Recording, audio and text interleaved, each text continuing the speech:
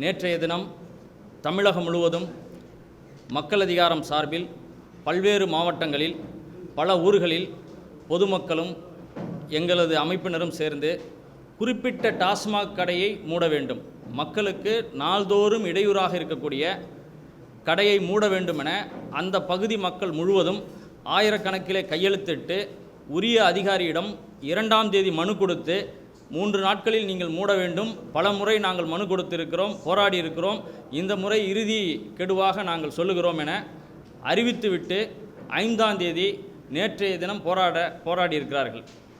இந்த போராட்டத்தை நடத்திய விதமும் போலீசார் அதை எதிர்கொண்ட முறையும் இன்றைக்கு உலகம் முழுவதும் உள்ள மக்கள் நேரடியாக தொலைக்காட்சி வாயிலாக பத்திரிகை துறை நண்பர்கள் வாயிலாக இன்றைக்கு பார்த்திருக்கிறார்கள்.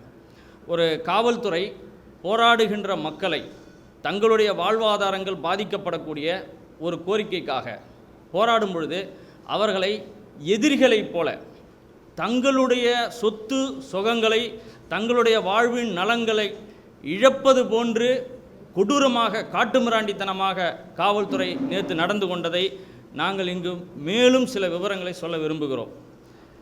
டாஸ்மாகை மூடுறதுனால அரசாங்கத்துக்கோ அதிகாரிகளுக்கோ எந்த நஷ்டமும் கிடையாது.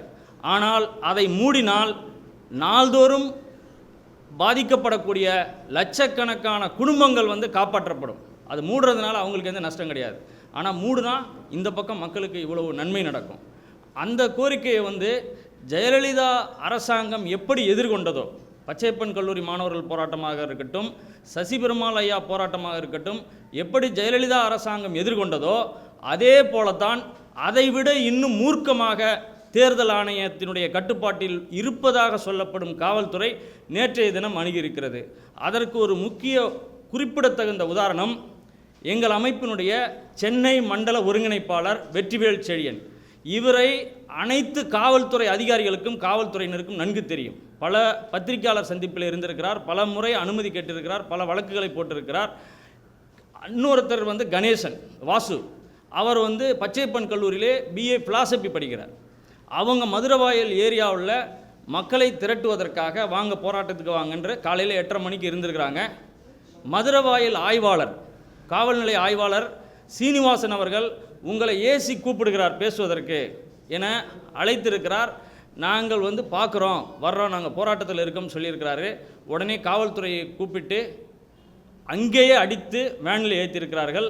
இது போராட்டம் 11 மணிக்கு துவங்குகிறது, காலையில் 8 மணிக்கே இவர்கள் ஏற்றிருக்கிறார்கள் 40 போலீஸார். அதன் பிறகு காவல் நிலையத்துக்கு வண்டியில் கூட்டிகிட்டு போய் காவல் நிலையத்துக்கு வைத்து அடைத்து கடுமையாக தாக்கியிருக்கிறார்கள். மேல் சட்டையை கட்ட சொல்லி பேண்ட்டை கழட்டுங்கன்னு சொல்லி சிறையிலேயே ஒருத்தர் வாந்தி எடுத்திருக்கிறார். இவருக்கு 2 காலிலும் ஃப்ராக்சர். வெற்றிவேல் செழியனுக்கு குறைந்தது 3 மாதம் ஆகும் என கீழ்ப்பாக்கம் மருத்துவர்கள் சொல்லுகிறார்கள். கையிலே ஃப்ராக்சர், அவருக்கு கையிலே ஃப்ராக்சர். இன்னொருத்தர் கணேசன் என்பவருக்கு 2 காலிலும் ஃப்ராக்சர் கிடையாது, ஆனால் ஃப்ராக்சர் ஆகாததை விட கடுமையாக தாக்கியிருக்கிறார். அவரால் நடக்கவே முடியாது. அதனால் அவரை இன்றைக்கு கூட்டிகிட்டு வர முடியல. அப்போ போராட்டத்தில் மண்டையை உடைப்பது, பெண்களுடைய தலைமயிரை பிடித்து இழுப்பது, போராடக்கூடியவர்களை முடியை பிடித்து தூக்குவது, அவர்களை மார்பகங்களை வைத்து ஆண் போலீசார் அடிப்பது, குழந்தைகளை மிரட்டுவது, லட்டி சார்ஜ் செய்வது என்கிற பெயரிலே பிறப்புறுப்புகளை குத்துவது, வேனிலே கைது செய்து அங்கேயும் போட்டு அவர்களை தாக்குவது, மண்டபத்திலே அடித்த போது கூட போலீசார் ஏன் எங்களை அடிக்கிறீர்கள், நாங்கள் டாஸ்மாக்கு தானே போராடுகிறோம் என போலீசாரிடம் சொல்லபொழுது அங்கேயும் அடிப்பது, இப்படி நடப்பது என்பது காவல்துறை டாஸ்மாக் என்பது போலீஸ் ஸ்டேஷனை மூட சொல்லி நாங்கள் போராடியது போல போலீஸார் டாஸ்மாக்கை மூட சொல்லி போராடுவதற்கு அவர்களுக்கு அவ்வளவு ஆத்திரம் வருகிறது. ஏனென்றால் பார் நடத்தக்கூடிய கட்சிக்காரர்கள், குறிப்பாக ஆளுங்கட்சியை சேர்ந்த பார் நடத்தக்கூடியவர்களும் போலீஸாரும் கூட்டு வைத்து கொண்டு தங்களுடைய பழியை இவர்கள் தீர்த்து கொண்டிருக்கிறார்கள். குறிப்பாக மதுரவாயில் ஆய்வாளர் சீனிவாசன் அங்கிருக்கக்கூடிய பார் நடத்தக்கூடிய பேரை குறிப்பிட விரும்பவில்லை, பார் நடத்தக்கூடியவர் டாஸ்மாக் கடை மூடியிருந்தாலும் அங்கு அனைத்து லோடும் அங்கே அந்த கடையில் தான் இறக்கப்படுது. நாங்கள் ஒரு போராட்டம் அறிவிக்கும் போதும் அந்த காவல்துறைக்கு 10,000 20,000 பணம், 3 வேளையும் பிரியாணி, என்ன கேட்டாலும் எல்லாம் சப்ளை அண்ட் சர்வீஸ்.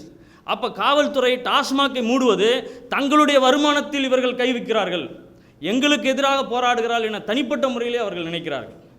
அப்போ இந்த டாஸ்மாகை மூடுன்னு போராடுறது என்பது இந்த சட்டத்திட்டங்கள்லாம் எதுவும் கிடையாது. போலீஸுக்கு குறிப்பாக கியூ பிரான்ச்சும் ஸ்பெஷல் பிரான்ச்சும் ஆள் காட்டி இவர்களை அடியுங்கள், இவர்களை கைது செய்யுங்கள் என குறிப்பிட்டு அவர்கள் ஏற்றுக்கிறார்கள். எங்கள் வழக்கறிஞர் போய் கேட்குறார், ஒரு சிறுவனை ஏன் நீங்கள் அடிக்கிறீர்கள், நீங்கள் கைது செஞ்சால் வரப்பா, நீ வைக்கலாம், ஏறு நீயும். இன்னும் குறிப்பிட்டு சொல்லப்போனால் கைது செய்யப்பட்ட யாரையும் எங்கள் வழக்கறிஞர்கள் நேற்று பார்க்க அனுமதிக்கவில்லை. பார்க்க முடியாது, உங்களால் எங்கே வேணாலும் போங்க, நீங்கள் பார்த்துக்குங்க. கைது செய்யப்பட்டவரை பார்ப்பதற்கு வழக்கறிஞர் மட்டுமல்ல, எல்லாருக்கும் உரிமை உண்டு. அது அடிப்படை உரிமை, அரசியலமைப்பு சட்டம் வழங்கப்பட்ட உரிமை. ஆனால் போலீஸார் நீங்கள் என்ன வேணாலும் பண்ணிக்கோங்க, நாங்கள் அனுமதிக்க முடியாது, எங்கள் மேலிடத்தில் சொல்லிட்டாங்க, இப்படி தான் பேசுகிறாங்க. அப்போ சட்டம் ஒழுங்கு இதெல்லாம் சீர்கெடுவது என்பது டாஸ்மாகை மூட சொல்லுகின்ற போராட்டத்தால் அல்ல, டாஸ்மாகை நடத்துவதால் தான் இந்த சட்டம் ஒழுங்கு பிரச்சனை வருகிறது. இப்போ தேர்தல் ஆணையம் 13, 14, 4 நாளுக்கு நடத்த முடியாதுன்னு சொல்கிறாங்க. டாஸ்மாக் தான் பிரச்சனை இல்லை, ஏன் அந்த 4 நாள் மூடுறாங்க? அப்போ அவர்களுக்கு பிரச்சனை என மூடும் பொழுது மக்களுக்கு பிரச்சனை என ஆண்டு கணக்கில் நாம் பேசி கொண்டு இருக்கிறோம். இப்போது 3 நாள் என்ன கெட்டு போகுது? இன்னும் குறிப்பாக ஒன்றை சொல்ல விரும்புகிறேன். இன்றைக்கு ஆளுங்கட்சியாக இருக்கக்கூடிய அதிமுகவுடைய தேர்தல் அறிக்கையாக இலவசங்களை அறிவித்திருக்கிறார்கள். இன்றைக்கு கட்சிகளும் இலவசங்களை அறிவிக்கிறது. இந்த இலவச திட்டங்களை டாஸ்மாக் வருமானத்தில் தான் ஈடுகட்ட முடியும் என்ற வாதங்களை நாம் நாள்தோறும் தொலைக்காட்சியிலே பார்க்கிறோம். அப்போ டாஸ்மாகை மூடுவார்களா என்ற சந்தேகம் மீண்டும் எழுகிறது. போராடிய அனைவர்களும் மக்கள் அதிகார அமைப்பை சார்ந்தவர் கிடையாது. நேற்று மட்டும் 1000க்கும் மேற்பட்டோர் கைதாகி இருக்கிறார்கள். ஆனால் ஏறத்தாழ 3000 பேர் போலீஸாரால் அடித்து விரட்டப்பட்டிருக்கிறார்கள். எண்ணிக்கை குறைத்து காண்பிற்காக நான் விழுப்புரம் போராட்டத்தில் கலந்துக்கிட்டேன். ரொம்ப புருட்டலாக, சார் நாங்கள் டெமான்ஸ்ட்ரேஷன் தான் மனு கொடுத்துருக்குறோம், நீங்கள் அதிகாரிகள் என்னன்னு சொல்லுங்கள், டெமான்ஸ்ட்ரேஷன் பசங்க இருக்கிறாங்க, பெண்கள் இருக்கிறாங்க, ஊர் மக்கள்லாம் இருக்கிறாங்க, நீங்கள் என்னென்னு உரிய அதிகாரிகளை வச்சு என்னென்னு பதில் சொல்லுங்கள் அப்படின்னு சொல்கிறோம். பேச்சே கிடையாது. ஒரு ஒரு ஒரு கடும் பசியில் இருக்கக்கூடிய ஒரு மிருகம் எப்படி ஒரு வேட்டையை பார்த்தால் உள்ளே நுழையுமோ அதுபோல் சிறுவர்கள் பெண்கள் என்ன பார்க்க முடியும். நீங்கள் பத்திரிக்கை தொலைக்காட்சி வீடியோ எடுத்த டிவியில் காமிச்சது 20% தான். இந்த தண்ணீரிலே மூழ்கி இருக்கக்கூடிய பனி பாறையின் நுனி சொல்லுவோம் பார்த்தீங்களா, அந்த மாதிரி தொலைக்காட்சியிலே வெளியானது அந்த பாறையினுடைய நுனி தான். ஆனால் தொலைக்காட்சி எடுத்த நிருபர்களுக்கு தெரியும் அங்கு என்ன கொடுமை நடந்தது என்பது, களத்தில் இருந்த நிருபர்களுக்கு தெரியும். அப்போ எல்லா போலீஸாரும் எந்த கட்டுப்பாடும் கிடையாது, எவ்வளோ வேணாலும் அடிங்க. செல்ஃபோன் விழுது, வாட்ச் விழுது, என்னுடைய வாட்ச் கீழே விழுந்து ஒரு போலீஸ்கார் இன்ஸ்பெக்டர் தான் எடுத்து பாக்கெட்டில் வைக்கிறாரு. ஆனால் கேட்குறேன் கொடுக்கல, எனக்கு தெரியாதுன்றார். செல்ஃபோன் எடுத்துக்கிறாங்க, பர்ஸ் எடுத்துக்கிறாங்க. இதெல்லாம் என்ன யூனிஃபார்ம் சர்வீஸில் இருக்கக்கூடிய இப்போ அவங்க எங்களுக்கும் போலீஸ்காரங்க தானே, போராடக்கூடிய மக்களுக்கும் அவங்க தானே காவலர்கள். மக்கள் வரிப்பணத்தில் தானே சம்பளம் வாங்குறாங்க. அந்த ஆய்வாளரோ துணை ஆய்வாளரோ காவலரோ இந்த சாதாரண பிற்படுத்தப்பட்ட தாழ்த்தப்பட்ட சமூகத்திலேருந்து போய் வேலைக்கு போனவங்க தானே. அப்போ அவங்க குடும்பங்கள் டாஸ்மாகால் பாதிக்கப்படலையா? அப்போ காவல்துறை என்னமோ கிரிமினல்களை ஏதோ சட்டவிரோத ஏடிஎம் கொள்ளைக்காரர்களை சுற்றி வளைச்சி பிடிக்கிறாமா? எதுக்கு இவ்வளோ ஆத்திரம், எவ்வளவு எதுக்கு இவ்வளவு பழித்து இருக்கிறது? அப்போ போராடக்கூடிய எங்கள் தோழர்கள் யாராவது ஒரு போலீஸை அடித்து மண்டை உடைச்சிருப்பாங்களா? அவ்வளோ தோழர்கள் எவ்வளவு அடித்தாலும் வாங்கி கொண்டு எவ்வளவு ஏன்னா பெரிய ஒரு கோரிக்கைக்காக ஒரு லட்சியத்திற்காக போராடுகிறோம். முன்னணியாக இருக்கக்கூடிய எங்கள் மீது அடி விழுந்தாலும் எங்களை நம்பி வந்த மக்கள் மீது அடி விழக்கூடாது என எங்கள் தோழர்கள் இன்றைக்கு இவர் எழுந்து நடக்கிறதுக்கு இன்னும் 3 மாதம் ஆகும். அப்போ இதுக்கு காவல்துறை அதிகாரிகள் ஐபிஎஸ் என பேர் சொல்லுகிறார்கள், நான் நேர்மையான அதிகாரிகள் என சொல்லுகிறார்கள், சட்டம் ஒழுங்கை நான் நிலைநாட்டி காமிக்கிறேன்னு சொல்லக்கூடிய ஐபிஎஸ் அதிகாரிகள் மக்கள் வரிப்பணத்திலே சம்பளம் வாங்கக்கூடியவர்கள். இவர்கள் காலை உடைத்து லாக்கப்பிலே வைத்து காலை உடைத்ததற்கு இந்த டிசி கமிஷனரோ டிஜிபியோ என்ன பதில் சொல்ல போகிறார்கள்? இதுதான் அவர்களுடைய சட்டம் ஒழுங்கா? இதுதான் அவர்களுடைய நேர்மையா? இதுதான் அவர்கள் மக்களை பாதுகாக்கக்கூடிய லட்சணமா? தேர்தல் ஆணைய அதிகாரி இப்போ ராஜேஷ் லக்கானி இதற்கு என்ன பதில் சொல்லுவார்? போராட்டத்திலே மண்டை உடைந்தது இருக்கட்டும், அது தனி பிரச்சனை. வெற்றிவேல் செழியனை கூட்டிட்டு கொண்டு போய் லாக்கப்பிலே வச்சு காலை உடைத்திருக்கிறார்களே, இதற்கு ராஜேஷ் லக்கானியும் புதிதாக மாற்றப்பட்ட டிஜிபியும் சென்னை சிட்டி போலீஸ் கமிஷனரும் என்ன பதில் சொல்ல போகிறார்கள்? இது எங்களுடைய பிரச்சனையா? இது பத்திரிகையாளர்கள், மக்கள்கள், பிற கட்சிகள் அவர்கள் தான் இதற்கு பதில் சொல்ல வேண்டும். நாங்கள் மிளகா பொடி இல்லாமல் பெண்கள் அந்த பக்கம் நடக்க முடியாது, கையை பிடிச்சி எங்களை இழுக்கிறாங்க குடிச்சிட்டு வந்துடுன்னு. கையை பிடிச்சிட்டு இழுக்கிற பிரச்சனையில் தேர்தலுக்கு அப்புறம் 1 வாரத்துக்கு அப்புறம் படிப்படியாக அமல்படுத்துவோம்னா அது எப்படி ஏற்றுக்க? நம்ம வீட்டு பெண்களை கையை பிடிச்சி இழுக்கிற ஒரு பிரச்சனையை படிப்படியாக நாங்கள் செய்வோம்னா ஏற்றுக்க முடியுமா? அப்போ தேர்தலுக்காக ஓட்டு போடணும்னா நாங்கள் குடிச்சிட்டு இருந்தால் என்ன செய்ய முடியும்? இது மக்கள் அதிகாரம் என்பதற்கு ஒரு ஒரு ஒரு அரசியல் கொள்கை இருக்குது, நிலைப்பாடு இருக்குது. நாங்கள் தேர்தலில் புறக்கணிக்கிற, தேர்தலில் பங்கேற்கிற கட்சி கிடையாது.